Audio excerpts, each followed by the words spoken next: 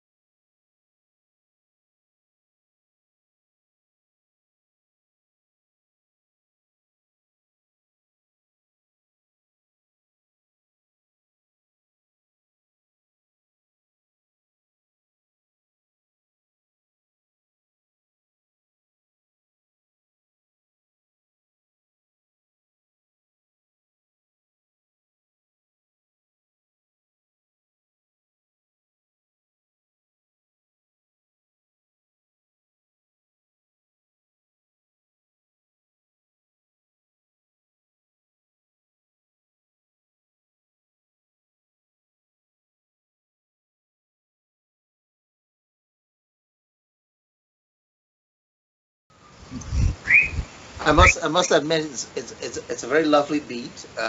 In fact, I would have preferred to listen to that more than anything else. And so probably the speakers, good lyrics as well. What do you make of that? Plus, speak generally of cricket, Professor Blackman. Well, thank you, and good evening to you, and good evening to the guests, and good evening to Ravi also. I'm a big fan of cricket. So I watched, I think, every ball of the CPL tournament this season. I'm a part of a group of Guyanese who have a small group which we call GT Cricket, and we debate this game in its minutiae over and over and over again. So I followed all of the ins and outs of of the tournament this year.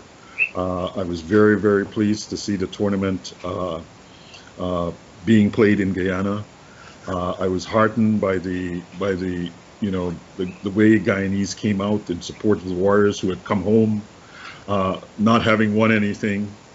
I was really happy to see how the team responded with the crowd behind them, the young captain, the new coach, Shimon Hepmeyer, and the new coach. Happy to see Clive Lloyd there as a mentor for these young people. And so, I guess as someone who is looking at Guyana through the lens of the CPL and the games and the Providence Stadium, and I think Guyana can be proud. Guyana did a wonderful job in hosting the tournament, and the level of cricket was exceptional. Our team played well. Ultimately, we didn't win, and that definitely says that we have to try again next year. But all in all, I think it was a wonderful expression, and so I'm quite happy to talk about cricket and the way in which it brings Guyanese together. And I'll let Ravi offer his thoughts on what he saw from Guyana. But what I saw from here was a very positive, celebratory, a good moment for Guyana in the eyes of the globe. And I do say in the eyes of the globe because the CPL is not being watched only by Guyanese, but you can walk around here in New Jersey and find people in shops who are watching the CPL who are nationals from other parts of the world, Pakistan, India, other parts of the Caribbean, English folks. So Guyana came out very well, I think, in the CPL tournament. Ravi? Well, again, thanks for having me to come on to talk about my love. I'm a cricket tragic, as they say. Follow it. Somebody I noticed on the Globespan said these two guys surely never held a bat in their lives. Well, I'll say about that too. That might or might not be, but I don't think you can say that there's any Guyanese male, at least of my generation, who would have grown up without holding a cricket bat. It might not be one made out of willow, but whether you're at the seawall, whether you're at the village back dam, or whether you are at the community center, you certainly had to play cricket. And if you couldn't play, I was not one of your star batsmen, but at least you could keep score and you could keep the gaff going, which was just as important off the field as on the field. But yeah, I think this year's CPL, we did Guyana proud, as it always happens. I'm very fortunate to be part of the corporate group that owns the Amazon Warriors. So you get a bit of a peek behind the scenes. It took a lot of work after 2 years of COVID to get everything in place. And I think we have to take our hats off to the organizers of the CPL and in Guyana itself to have brought this off with the aplomb that they did. I won't even get to the cricket. Look at the arrangement, the traffic arrangement. Every previous year, you had huge backlog traffic jams, log jams from the bridge into the stadium from all directions. This year, there was nothing. And we have to give thanks to the government itself for opening up that road, that Mandela to Eccles Road behind the stadium, that freed up and put traffic in a whole new direction from the East Coast and Georgetown. And then the road itself, the East Bank Road, the police did a wonderful job. So I think it was a Guyanese effort. The government, the people, the CPL executives, the staff on the ground, everybody did a great job. And most of all, the Guyanese fans.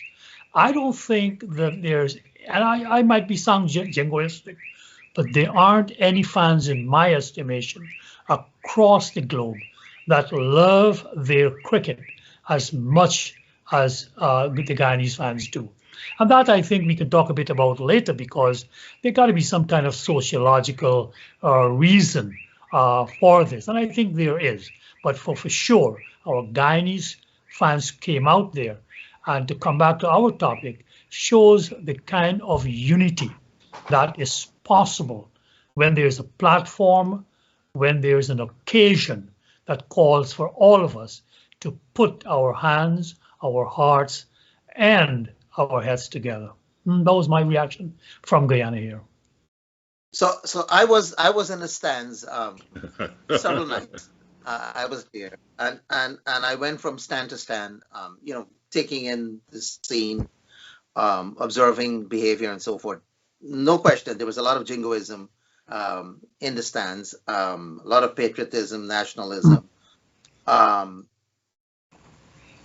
But in observing the crowd, I couldn't help but notice and commented with friends that it was an overwhelmingly East Indian crowd as opposed to a mixed crowd of more Afro-Guyanese, mixed Guyanese. I did see some Amerindians in the crowd, and that was great news that the indigenous people are also pursuing cricket. But I don't know, how do you relate this in terms of national unity? No doubt, everyone there, Afro, Indo, Guyanese, Amerindian mixed, they were all supporting Guyana, except the expats who came in to support their team, whether it was from St. Lucia, St. Kitts, Jamaica, or Trinidad. How do we account for this? That it was a largely East Indian audience. Well, if I can jump in there, I obviously that was evident to anyone who was watching, who has an understanding of the racial demographics of Guyana, and it was clear that there were not as many Afro-Guyanese in evidence at the games. And so I've raised this question with a number of other people. So one issue that came up, I even thought that it would be good for some people to get together to, buy tickets for young people and so on. So I think one of the first issues that came up was the question of the economics of being able to get to the game. It could be. Yeah. So I don't think it was a question of Afro-Guyanese sort of saying we're not going to go. I think it was a question of that the costs of going to the game could, for a number of people, and was for a number of people, prohibitive. So I would chalk that down more to economics, because in terms of what I saw in terms of the interest among members of the Afro-Guyanese community, interest in the game and in the tournament, there was no shortage of interest. So the question of, it's more a question of, could I get to Providence, and could I afford to be at Providence? And I think that in a way, perhaps it reflected a certain kind of economic reality of Guyana that I think is something that we have been trying to talk about in the context of these programs. But I would first go to the cost. Cost. Any other factor? Well, let's get here, Ravi, about cost, and then we'll discuss some other factors. I think cost is definitely a factor, as we all know. In Guyana right now, you are having a high inflation rate, and there are a lot of families who are stressed in dealing with that. And we know that for Guyanese, it's really a family thing. The Guyanese family generally goes out traditionally, and when you go to cricket, it's not just the price of the ticket. When you go to cricket, it's also the food, the drinks, you dress appropriately, and the whole ambiance. So it does add up, and we definitely have to look at that. But I do think there is, and we have to look into this, that for African Guyanese, especially the urban African young Guyanese, there's been a big movement towards basketball, street football, as points of interest in terms of sports. And we have to take that into consideration. Those who run cricket, those who want to, get cricket going again, we have to look at that as a factor. It's not that Guyanese may not be, interest in cricket. I still think that every Guyanese have an interest in cricket. It's just that there may be other interests, especially in urban areas, and it's something that we need to look into, because for sure, street cricket is street football is very big, and most of the teams are urban based, and even in the African villages, you have other sports being played. Take, for example, I come from Iflat. You have Den Amstel, you have Morgan, and in these villages, you have football as a sport that competes with cricket. So at the Iflat, we call it the Iflat Cricket Ground, but at one end there's a football ground, and that's being used primarily by young African Guyanese youths to play football. So I do think that there is also the question of interest in football overriding the cricket. And East Indians generally are not attracted to soccer or football as opposed to Afro-Guyanese. Yeah, that's what I want to make. They're still their major, overwhelming major sport is cricket. Yeah, I would push back just a little on Ravi in this sense. I mean, the answer is yes. Indo-Guyanese tend to play more cricket than Afro-Guyanese in some sense. But I think that the appeal of cricket has not dimmed in any way among the Afro-Guyanese youth. I think, it's just perhaps at this moment the cost of entry to the game.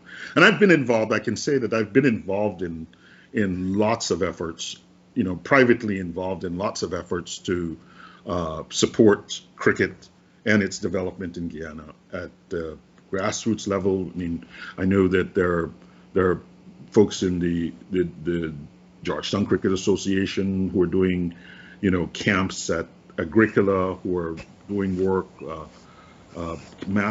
camps at the Maltino Sports Club, camps at the DCC Club.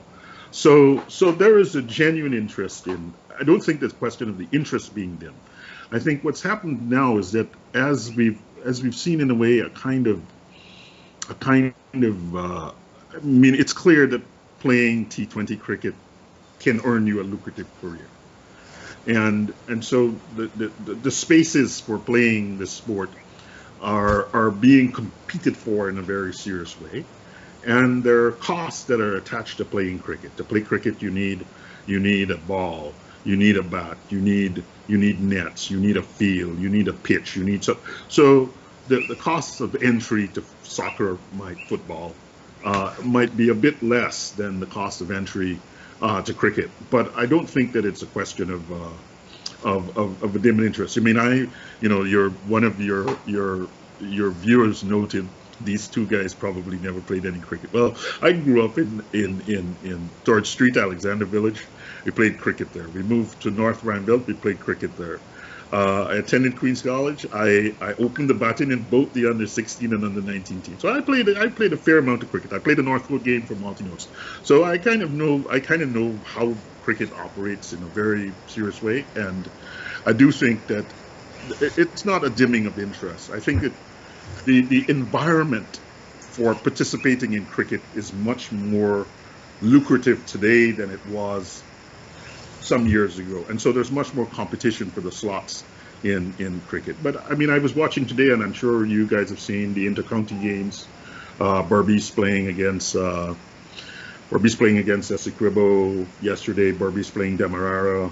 The players are still what they are, a mix of Indo and Afro-Guyanese, and I think that will continue for the foreseeable future. I don't think. I think what we saw in the stands is a reflection of economics, more economics than it is interest. That's the argument that I would want to make. And besides that, Professor Blackman, any other factor that you think contributed to that? I think audience. It could also be a question of how the tournament was advertised. It could also be a question of, ardent cricket lovers sort of are engaged with the tournament. The peripheral fans are not there. I mean, one of the things in our cricket group we've consistently talked about is about the lack of fan participation in cricket across the West Indies. And we have constantly argued about the importance for, there to be some support for school children to go to the game. And I was quite pleased to see that this actually happened in this recent. So I think. Yes, they were given free free entrance. Yes. Free entry, yeah. So I think those are things that can mitigate some of what we're seeing. So it's not just a question, at least in my view, of kind of making a choice to play cricket or football. I mean, when we were coming along, we played cricket, and then at a certain point, basketball, because of the influence of the United States, became very, very strong. And a number of us began to play basketball in the very serious, but we never lost our interest in cricket. I mean, and whenever we had, in a sense, we always come home to cricket, and so I still think that that's there. And even though in my visits to Guyana, I note that there's no longer as much of a culture of crickets in the street in the same way that it was when I was a child, but I still think that there's a strong interest, and that is an easily rekindled interest if we do the kinds of things that support the game and support the involvement in an inclusive way of all of the people in the game. Mr. Dev? Well, I don't disagree with Terrance, as I said before. I think that ultimately all Guyanese still, there's that flame that cricket has inspired us once, and I don't think that's ever going to be out, as we say. But I think the key point is that what do we do to let that flame burst again, to do what it can do? And I think basically we talked about the schools. How do we rekindle it? And coming back to not just allowing the school children to go, but I believe that when I was growing up, you had cricket in every school, starting from primary school. So we go back to the whole importance of games and what games are intended to do. A sound mind in a healthy body, that whole point about it. That the body aspect just doesn't only assist, the cricket doesn't only assist with the body, but it assists with the mind. And CLR James, of course, wrote extensively on the habits it forms in the Caribbean in terms of the discipline that's needed, the team spirit that it engenders, the adherence to rules that's fundamental to work within any institution. All those spin-offs that we have to put back cricket and other games also, but we're talking cricket tonight, and I think it's imperative that we get back cricket into our school system along with other games, and to see it as just as important as what we call the quote-unquote academic subjects, because ultimately the purpose of education is to prepare us for life. And let's take team building. Both of my kids, went to Queens as Terrance did, and even to today, decades later, you still have my son. His days, now that he's practicing law in the field, he still harks back to his days of cricket at Queen's College. And when they get together, it's those boys who played on the field of Queen's College ground, overgrown it as it might have been, at one time. They're the ones who get together still after their days on that school ground. So when the British talked about the Battle of Waterloo was won on the playing fields of Eton, I can see that from my own school days, and 50 years later from my son's school days, that on the cricket grounds, there's so much that goes on to bind us together. And since we are talking about Guyana, cricket, and unity, I think that's a fundamental role that cricket can play. right? As James said famously, who knows of cricket only? What the point is there, Terrance? Only cricket knows. Only cricket, only who knows of cricket? Only cricket knows. Meaning, it's not just the cricket that we see as a spectacle that's there, but it's what cricket does to us as a people that is even more critical. So I would say, Dr.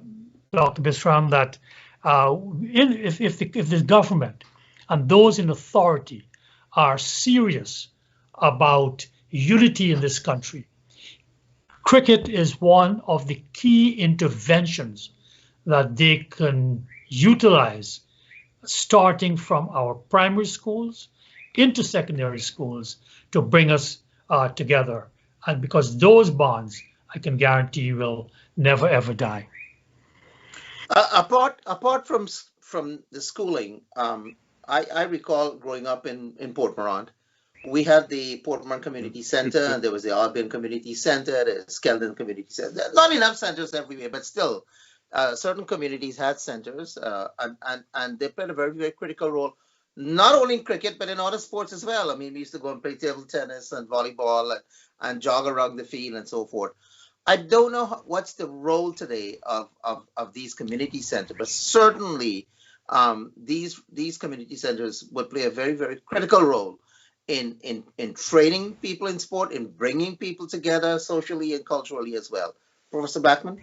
No, I think you're absolutely right. So I'll start where you ended it in Berbice.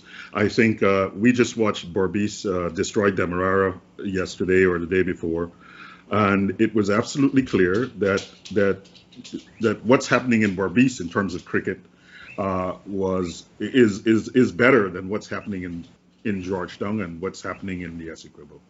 And I chalk that down to the efforts of, Mr. Hilbert Foster and the Berbice Cricket Board. And one can see in their actions that are inclusive, actions that strengthen the sport, actions that go to strengthening the various cricketing clubs across Berbice. And so it's not a surprise. Actually, I said privately to some of my colleagues that, okay, we have to support Berbice, but that maybe we have to put a larger portion of the money to what's happening in Demerara now, so as to bring some parity. So you're absolutely right. There is a clear opportunity, and it has been there for a long time, to revitalize sports through cricket, because it's the thing that is in our soul in some deep way. And it starts with this infrastructure. I mean, I agree with Ravi. Cricket is the thing that helps you to develop the sort of personal, social, physical skills.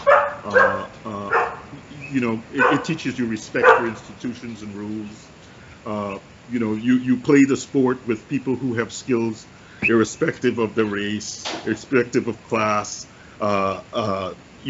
Actually, one other thing I would add to what Ravi says, that I was very pleased to see the addition this year of the women's CPL, the women's game in the 60 tournament and in the CPL itself. And so I would like to see a normalization of our female athletes also in sports. And I think we've seen some of our young women go on and play in the tournaments and represent us from Berbice, represent us in the West Indies. So I think that there's a clear opportunity here. And now I want to speak specifically to, someone mentioned the overgrown fields. Some years ago, myself and a number of colleagues from school, we started a small group. We called it the Field Restoration Project. And we spent a lot of our own time and treasure to get the field back to the position that it is now in 2022. And this effort continues. And so we've seen the rebirth in one local situation, but obviously private individuals can't do that. I think for any government, this was a cry to the previous government, this is a cry to this government. If you think about it now, there are probably school sports are going on in Georgetown now, right? And if you think about it, there are, Eve Leary, the Queen's College Field, and a few others. I mean, we saw the flip side of the coin from Providence a few days ago. Like I said, this cricket is global, and because of the internet, everyone is able to see it. We saw the game between Berbice and Demerara, the intercounty game at Borda. Borda is one of the colleagues in the group said, this is a dilapidated mess. This is a place that should be a museum. It should hold our memories in some way.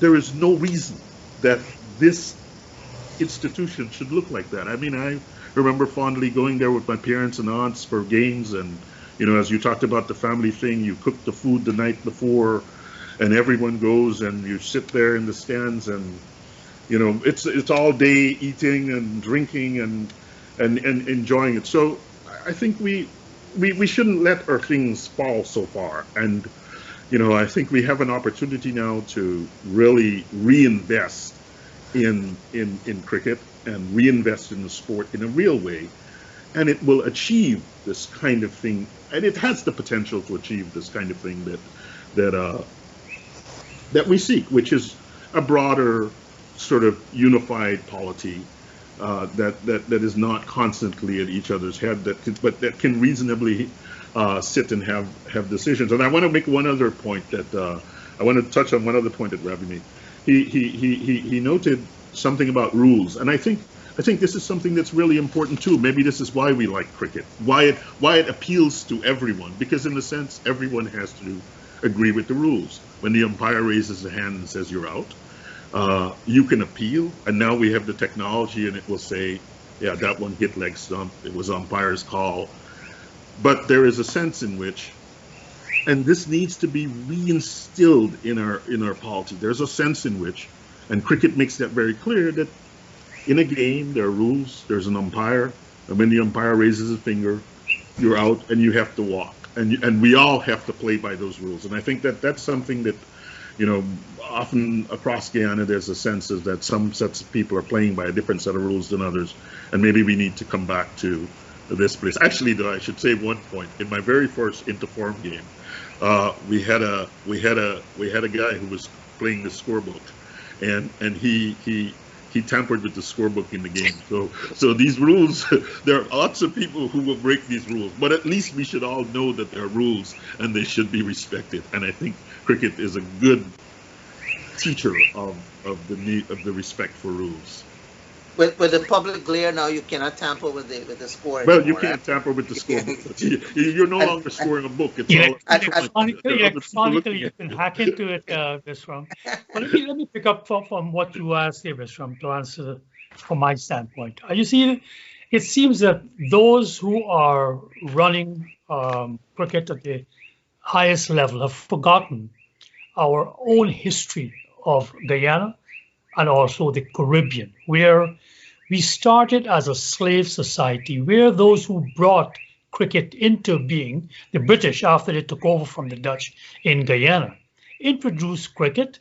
The whites played cricket. So in each of let's say in Georgetown, the very first club was the Georgetown Cricket Club, the GCC, as far back as 1858, and played at the parade grounds, and then moved by 1887 or so to the present border.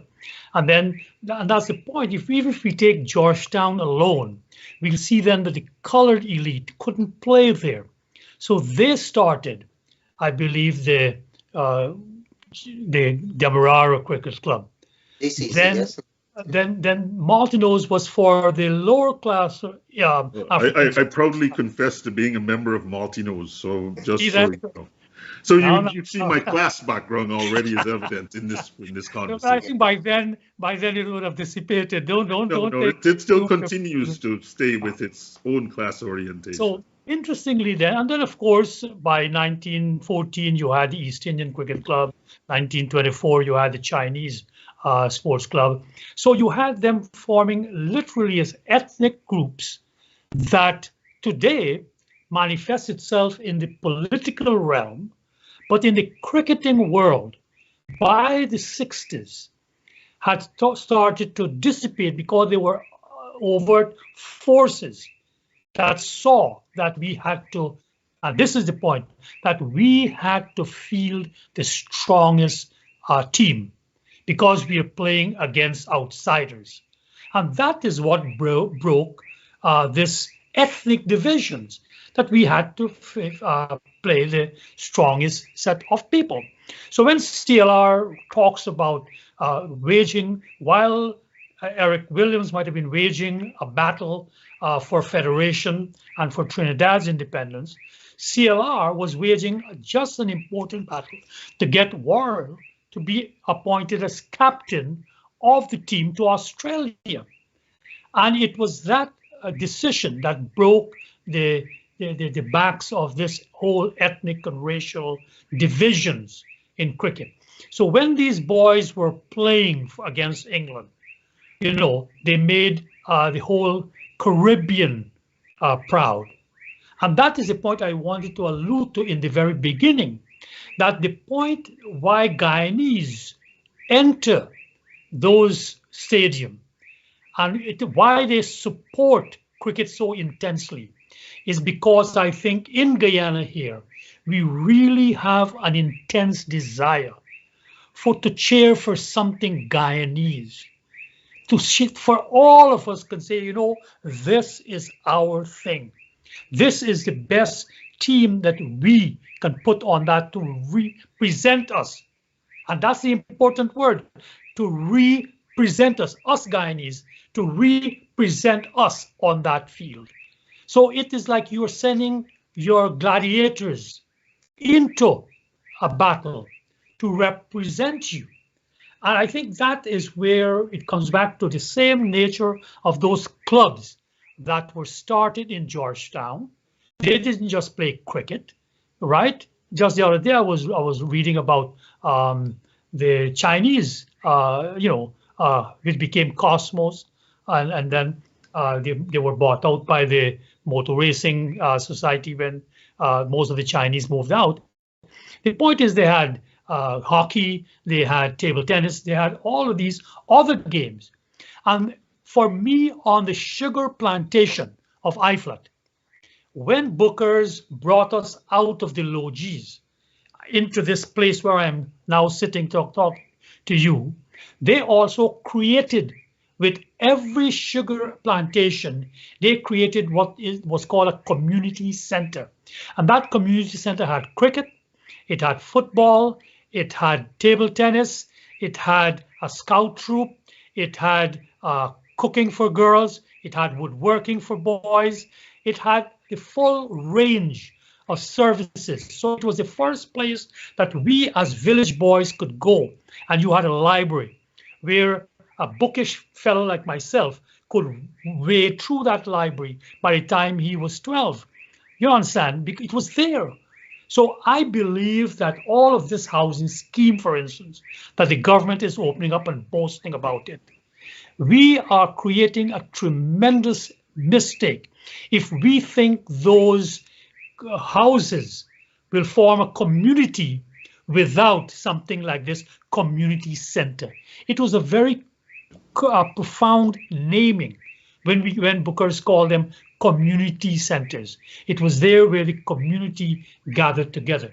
So for example, in my village here, my hero was a fellow named Cox from Metimerzorg, an African batsman, but as a young boy, you don't look who's African and who's Indian or who's whatever. He is playing for Iflat, and that is your hero, right? And one of my younger brothers insisted, and the family still calls him Cox, you know, among the family. So I would say that in addition to the schools, the government ought to be opening up these community centers with the forethought of having games and other activities to bring our people together, because it was in these community centers that the various sections of my village coalesced and melded.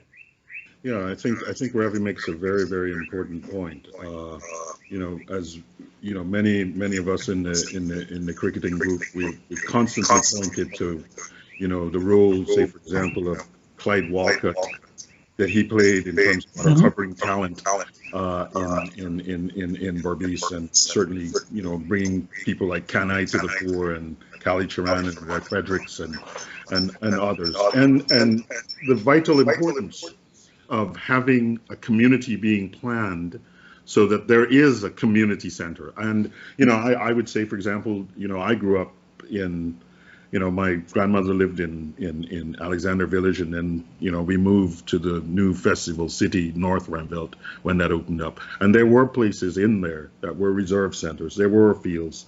And so this is something that we have done in the past. And I've been, I should say, very disappointed to look at some of the communities that are being built currently. I went to, on a visit once to a kind of housing scheme that was opening up, I think, in Maka. And, there were massive houses, and the roads were, to get into the thing, sort of extremely difficult. No sense that there was ever going to be, a playing field. No sense that there was going to be a community center. And so that's a vitally important aspect of development, thinking about development, not just through the standpoint of I have a house, I have a car, but also thinking of development as the development of an individual and understanding the kinds of forces that would drive individuals to, let me also say one thing along those various, basketball, for example, is another sport that's very important in Festival City North Rand, and how it was seeded by Red Sperera. Red Sperera led a group that went around various communities and erected basketball rings. And so this became a place where we gathered because it was already there. There had been some forethought in thinking that the young people in this community might need something to do, and we have this thing all set up here. So I think this is, maybe in a sense that's the argument that I've been trying to make for some time now. So we've done some things in the past. Some of those things have come to us from our colonial masters, but in a sense they have not. There is a value in sort of thinking about which of those things we want to keep and which of those things we want to discard. And certainly community centers is something that we ought not to have discarded, and we ought to be thinking about how we repurpose them for the new world that we're in. So, maybe we want to do some, computer coding in them in addition to reading and the other things. But these are vital places. I mean, again, Festival City, the library was of absolute importance for me as a young boy. And I remember visiting the library and with a colleague and finding our cards, and the young librarian looked at us, and it was almost as if some people came from space. She couldn't imagine that, as a child, I'd been in this library many hours. So I think this business of cricket, it seems like it's just cricket, but it's not just cricket. And it involves it involves the way in which our society is organized. And as Ravi rightly notes, it encapsulates, even in the formation of our clubs, it encapsulates the way in which we organize ourselves ethnically and racially, but also these clubs played against each other, right? So they played against each other, and people formed great friendships. I remember going to Eve Leary to play. It was a great experience. I mean, these big men, you think you're a little boy, and so there's a sense in which the whole society grows up and comes to know each other through the sport if it's done right. And this, I think, is the challenge for us. As Ravi just noted, this question of, I know a bit about this cricket because I've been involved in it in a lot. This question, and I can speak to some of the tensions that some people. So this business of sort of representing us, and I know that some of the folks in the some of the players and some of the people who are part of the cricket, they look at, say, for example, what happens with the Guyana Cricket Board and the way in which some people get to be a part of it, and there's always some politics that's associated with its leadership, and the sense in which some of its decisions are not coming over as a kind of inclusive stewardship of the sport in Guyana. And I think one question that has been raised quite frequently is, why do we not have a stadium named after Clyde Lloyd? Why do we not have a stand named? Can you hold that thought, and when we come back we can discuss it, because we have to go for a break now. Okay. Celebrating an anniversary, renewing your vows, birthdays, bachelor or bachelorette parties, groups or conferences, then let Travelspan organize an all-inclusive vacation trip that suits your occasion.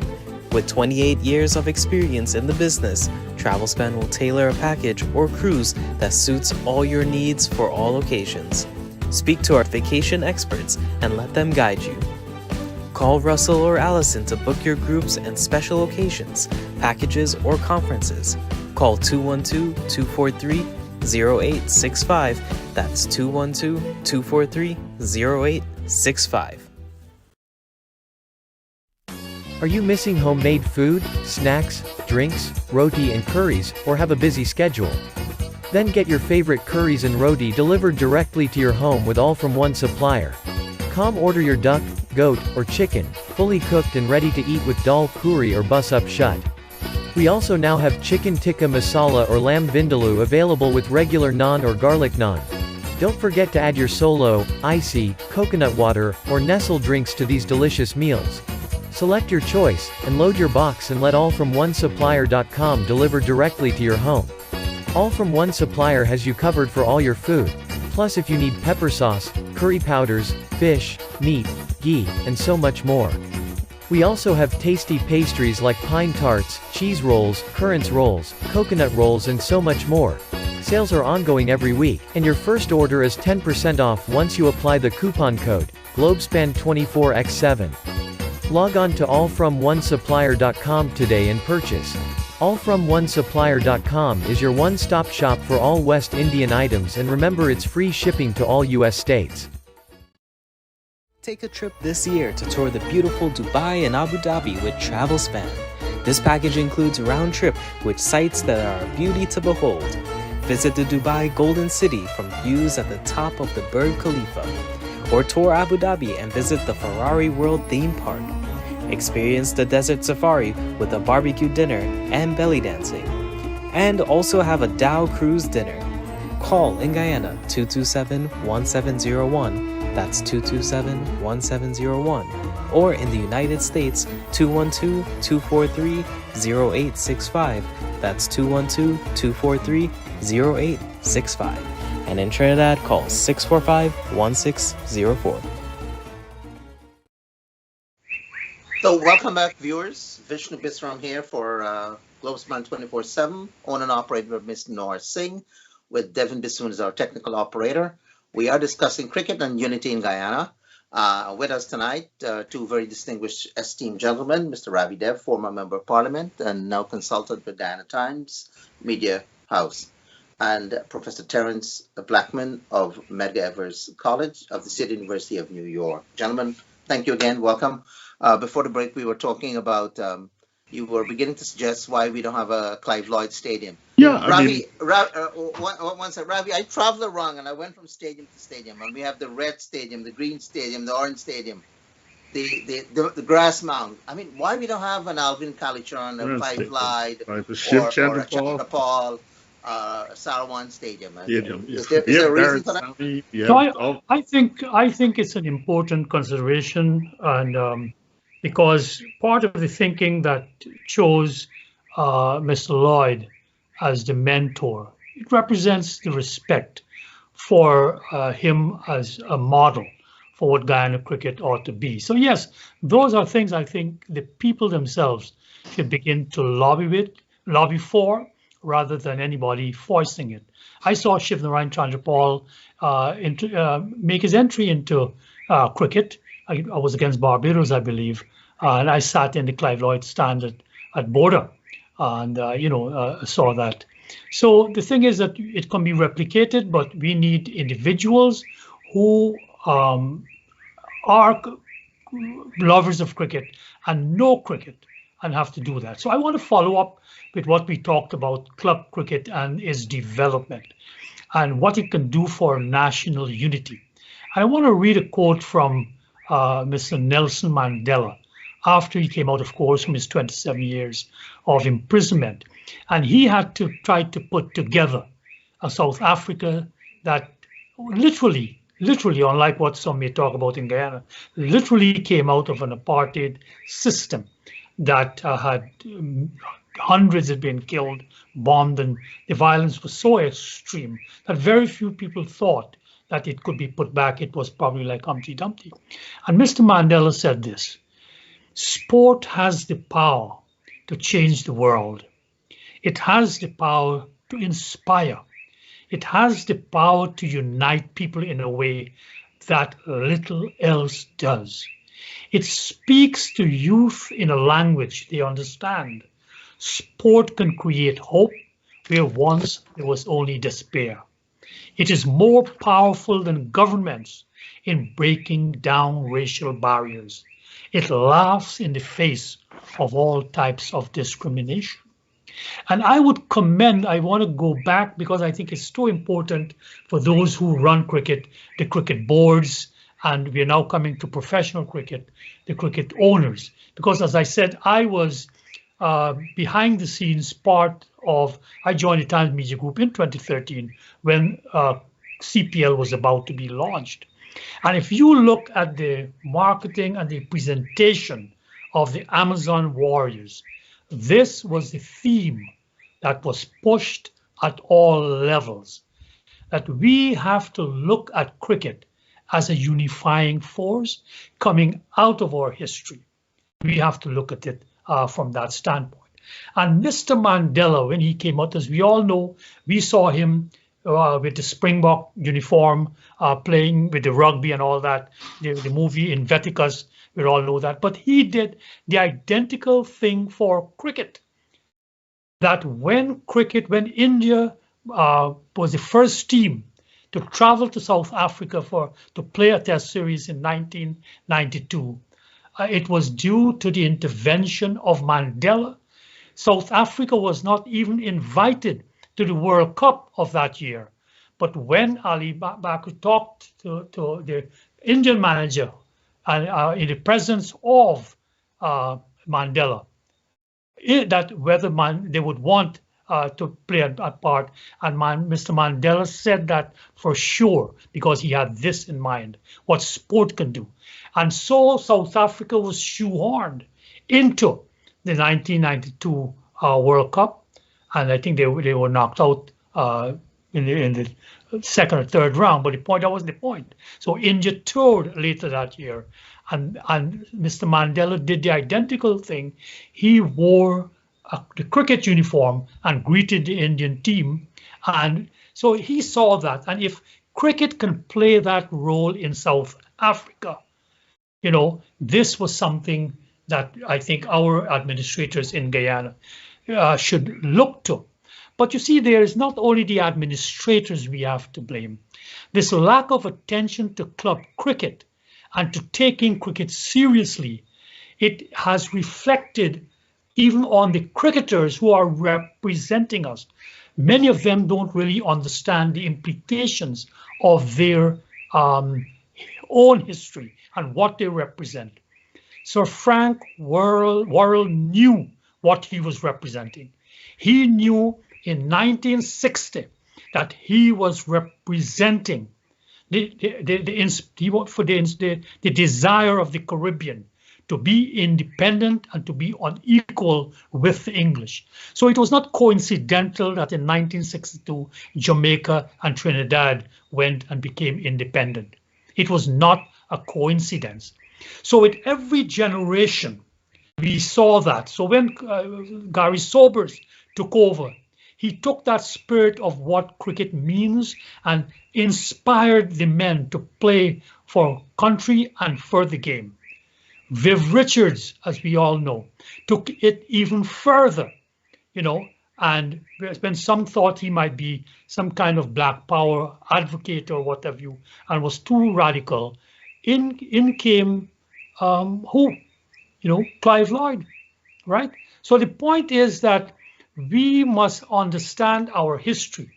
And to come back to Mr. Mandela, one of the most disappointing events that I confronted in cricket was in 1998, when there was a players' strike in London. Now, we might curse the board out and talk about the backwardness of the board, having the old massa mentality and all that. But for Mr. Mandela to be waiting in South Africa having written a letter personally to the members of the West Indian cricket team who had sacrificed and not played cricket in South Africa against apartheid, for them to refuse Mr. Mandela's entreaty, I thought was very disgraceful, and it showed a lack of understanding. So I'm a great fan of Brian Lara, who was the captain then, but I would like to feel that that movement of West Indian cricket away from that higher stance was it was reflected not only in the positions they took, for example, against Mr. Mandela, but in terms of their own cricketing experience. And so from then on, after the 90s into the 2000s, you saw this decline of West Indian cricket that continues to today. And unless we bring back, it comes back to what we've been talking about before, as to what is cricket, that it is more than just a game. It is more than just a game.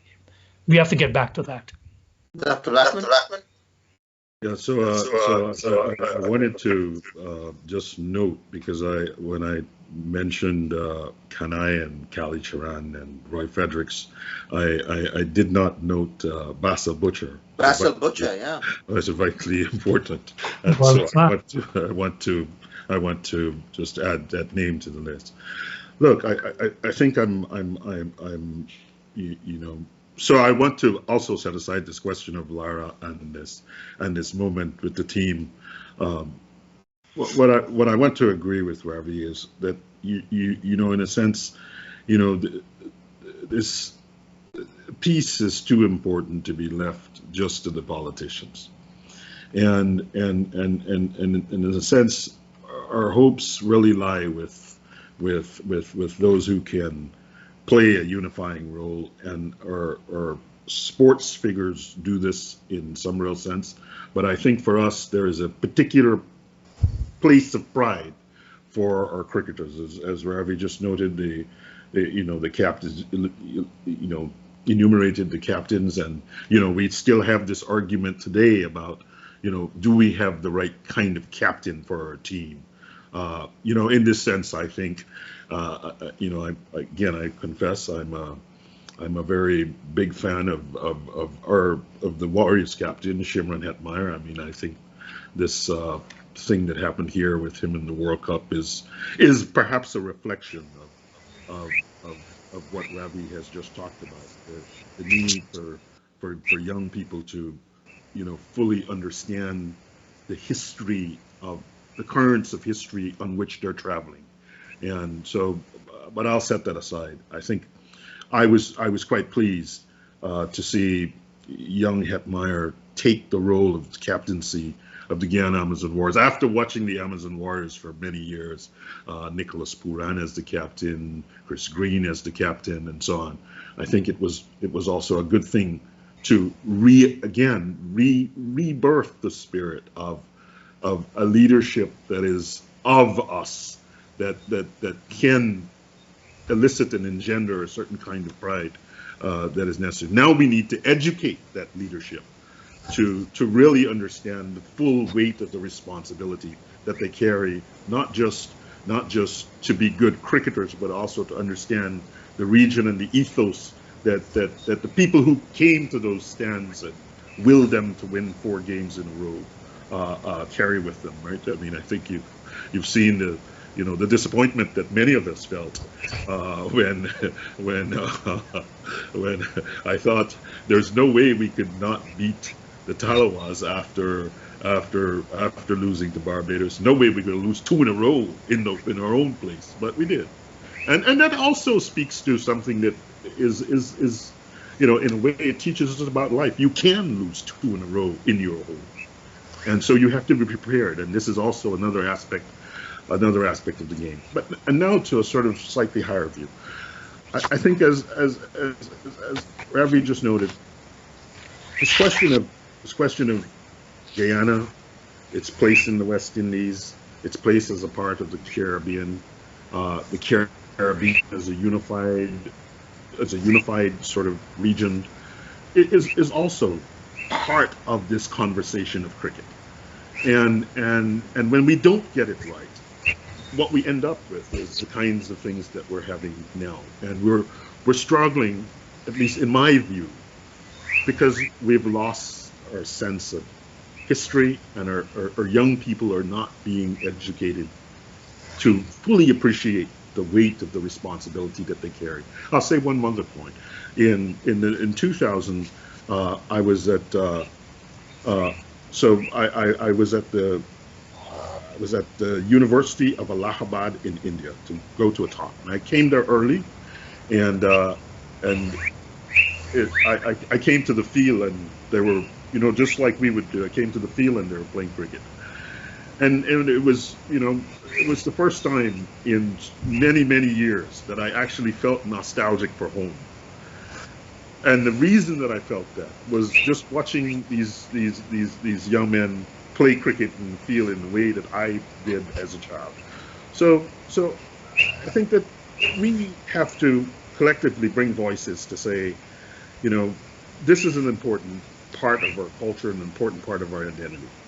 And we need to invest in that. So investing in that means investing in these clubs that Ravi just talked about, investing in the infrastructure, investing in people to do the pitches so that we can have better pitches, investing in people to ensure that our fields can drain water effectively, investing in the infrastructure of the various. I would like to see a fund set aside that, the clubs across Guyana can tap into to strengthen just their infrastructure, so that we can have the tools to play the game effectively. And I think we should go further. We should begin to think about how we strengthen the learning that happens. It's like if you go to Maltino's, you'll see that there's some boards on the wall where, the people who have, played the game, their names are reflected there. There are many people, and I'm not going to call any names because I might forget, but maybe I'll just call one name.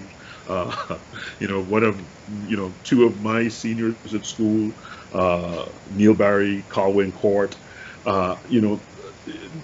There's a history there that in a sense, these were the last two players from Queen's College who played for Guyana for a long time, and this was maybe say 1985, 86. So there's something has happened between 85, 86 through now, and it, I think, has to do with us just letting the reins go and not inculcating into our young people the vital importance of what they're doing in this regard. And I think this is maybe the promise of this moment, is I think we saw in the celebration around the Warriors that this hunger for a cricketing identity still lives in our population, and we can quibble about the demographics of the audience at the stadium and so on, but I would argue that Afro-Guyanese are still strongly committed to the sport of cricket. But I think what it showed us is that Guyanese across the board are still strongly committed to the sport of cricket, and it's something that we need to be thinking very seriously about how we revitalize. And it's not complicated to do that. Just start by fixing the fields and the institutions that are stewards of the sport. If I may point out, and the point is already made, we have these new housing communities that are being established, and I've traveled around several of them, and I have not seen space allocated for cricket fields or for football fields or for community centers. And I don't know if they forgot about it, they didn't think about it carefully when they were making these planning for housing communities. But it's something that really the government needs to address to fix these problems, because if you don't have these sporting facilities, you're going to have very, very serious social problems in those communities. Yeah. Well, Ravi. Let me pick up. I think they do. I look at Tushan Zealat, which is got to be at least 30, 40,000 people. It's a township now. And there is a ground, but it has been overgrown from the inception of Tushan as a housing scheme in 1993 or so. And it's still overgrown right now if you go there. Nothing has been done. Yeah. It goes back to the point we have been making. I want to come back to young Hetmeyer, because I was one of those behind the scenes having the air of the warrior ownership that pushed for a more Guyanese, team, both in its composition and in its management and everything. And there are some who would now tell me, well, look, I applaud your decision. I will say that, and I think many people do. I want to emphasize this, that when we look at young Hetmeyer, we all know the old cliche, it takes a village to raise a child. Well, a cricket captain, it takes a whole region to raise a cricket captain, starting from our own country, our own lack of clubs, our own lack of proper county boards, our own lack of a properly constituted country board that was more mired in business than anything else. Let's call a spade a spade. And it is as a product of that, you have a young Hetmeyer who passed through the school system, who passed through all the incubators and is not imbued, clearly so. Just like Lara started the trend when he was not imbued with what it meant to wear that maroon cap in 1998 to Mr. Mandela's great disappointment, and he spoke of it later because he recognized what the West Indies had sacrificed for the South African cause. And so that decline in an awareness of what cricket means to the Caribbean people, it has intensified. So I come back, let us not blame Hetmeyer too much. There's only so much can do. Well, there's this whole notion of constructivism, that one creates reality out of what is around you. And the poor young man, those things are not around him. Right now, I'm not going to knock money. Everybody needs money to live. But you can look at the difference between a Viv Richards or a Clive Lloyd coming back from Australia and very, very pointedly going across the Caribbean and say, I want 4 fast bowlers, and picking up a Mike Holding, who is only 17, and picking them for the next tour of England, and then destroying them, and started the greatest feat in the history of hundreds of years of cricket. We need that kind of thinking. They say half of any sport is in the head. And I think that is where we are lacking. So coming back to what you pointed out, Dr. Bisram, the lack of playing fields is only a symptom of that lack of thought as to what it takes to create a nation. Elections, democracy is a platform that actually creates the environment for us to cleave ethnically, because you want votes, and there will always be entrepreneurs who will use any type of identity to say, hey, vote for us. And we have now put politics as our most important sport in Guyana. That has become. But if we then, at least, you can't get away from politics, but if we are undergirded by institutions that starts from a primary school student. I went to Iflut Church of Scotland School, which is directly opposite the Iflut Community Centre. So we had to simply walk across the bridge, and we would play cricket, we would have athletics, we would have all these things that inspired. I'll tell you one thing it did, that I was the bright boy from a young age. You're the bright boy, and it was a time when bright boys meant something. But I can confess I would have given both my arms and probably my head if I could have played like my friend Gao, because he could bat and he was my hero. And that is what cricket does, that it takes anybody who has the particular skill in a particular position, and there are so many positions. And if they shine, then you become the hero. And why have we denied this to generations of youths that have come through? Not all of them will go on to play cricket. I went to Brooklyn in 1972, Brooklyn College, and going through Brooklyn, all of the playgrounds were full of basketball players that could take on anybody in the major leagues. That was not the point, but it gave the youth something to do. It taught them the history. So I think coming back to this, I know we are beating this to death, or at least maybe I am, but we got to beat it to death and get to the policymakers that let us recreate these institutions, because these institutions is not just a game. It has implications for everything that we do in our life, including this oil industry that we have. In terms of a cricket captain, even at the village level, you had to know psychology, how to deal with every person on that field. And the same manner you can run a gang who has to weld that bridge together over 3 days and 3 nights. It's the same skill of working with people, knowing their weaknesses, knowing their strengths, trying to put them together. But it's not happening. Yeah, no, I do think, I think what both Ravi and I are saying is, one, we have to articulate and to represent the cricketing interests of Guyana broadly, and we have to really force the authorities to think about the development of various, and to support and to invest in various cricketing initiatives for boys and girls across our schools, both primary and secondary, across our clubs.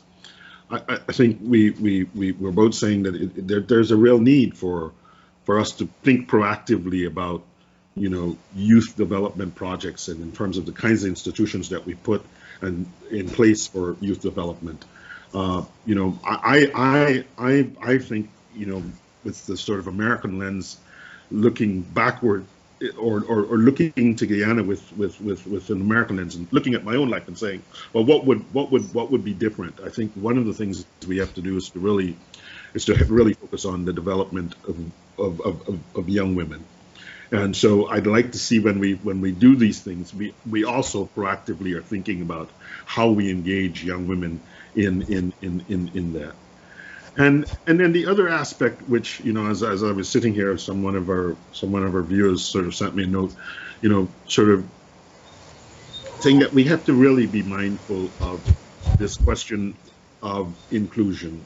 So it was being noted for me that a number of the clubs all sit in one part of Georgetown, so the northern part of Georgetown, and so this in a sense is the area where we're economically privileged area, and so the idea is to think, well now we how do we develop these initiatives in the southern part of, there are no cricket grounds in the southern part of Georgetown, so how do we do that? And in this sense, I think we have to engage the key people, the Ministry of Education, the Ministry of Sports and Culture, the various institutions, the Georgetown Cricket Association, the Demerara Cricket Board, the Guyana Cricket Board, the various boards, etc., to really think about how do we develop and maintain, like excellent working infrastructure, and it's not just saying we want you to do it, but there is a pathway for doing it, and we're thinking about it on a consistent basis, as are our counterparts around the world, and we're not just letting it happen by happenstance. We're not giving away this unique sort of treasure that we've been bequeathed, and I think we'll be okay. I think we started with the CPL. I have to say, if there was only one thing that came up in the cricket group and that some of us sort of quibbled about, was the fact that, and I don't, this is not a criticism of any, but just simply a statement, which when I say it, you will. So the commentators, there were no Guyanese commentators. We had Darren Ganga from Trinidad, we had Ian Bishop from Trinidad, we had the guys from New Zealand, and we had the young women from Barbados and Jamaica, perhaps.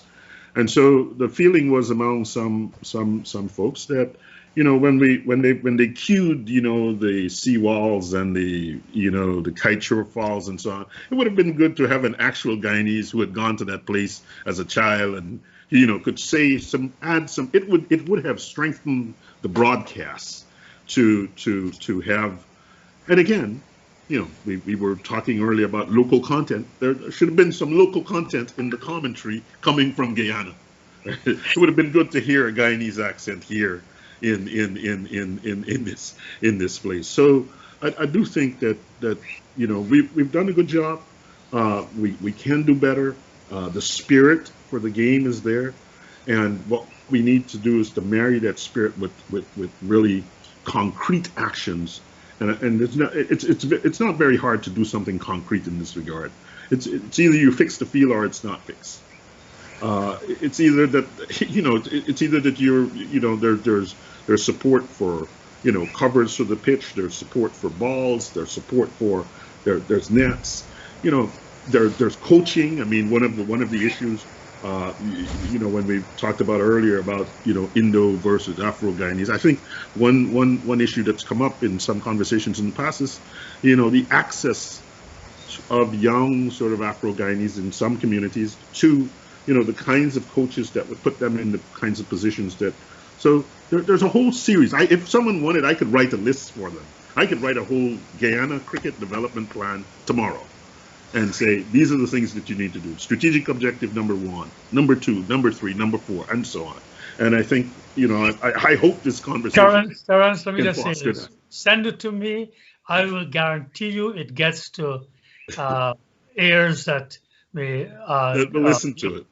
I will take the time I will be able to see it gets upwards. I think we need that, Terrance. We need that. I think we have lost the services of men like CLR, who, from inside could write as a player who represented Trinidad, and his insights still resound when you read back. As I wrote in a column of mine just 2 weeks ago after the CPL, whenever CPL comes around, I go back to his classic Beyond the Boundary.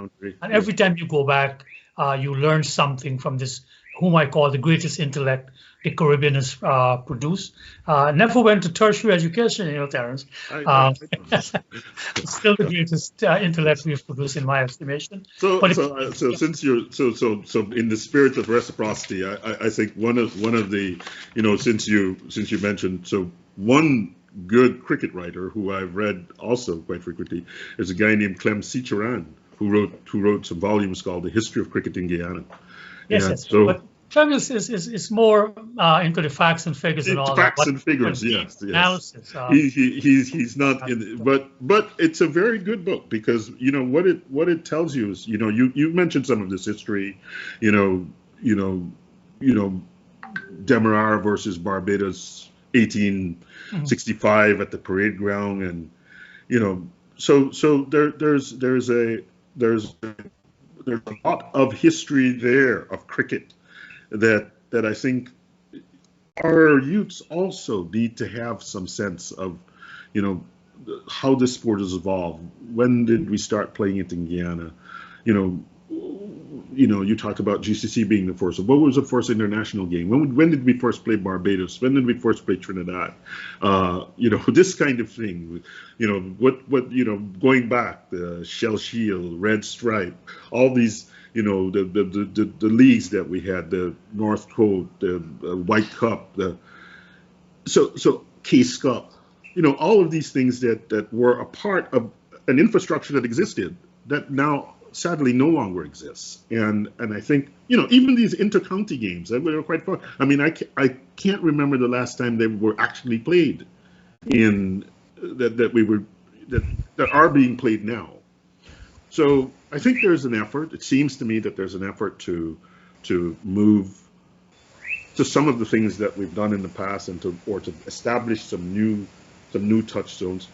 But it doesn't seem. It has to. So it needs a lot of thought because it has to take into account what's happening also now in the world of cricket, T10, T20, etc. And so we have to think about what the future of the cricket looks like as we, begin to rekindle our infrastructure so that we're not building an infrastructure for a world that no longer exists. So it requires, the Demerara, the Guyana Cricket Board should maybe have some small group of people who are thinking about, how to restructure the sport in Guyana in a way that, again, aligns with our history and our ethos and looks to the future to take advantage of the opportunities. I mean, it is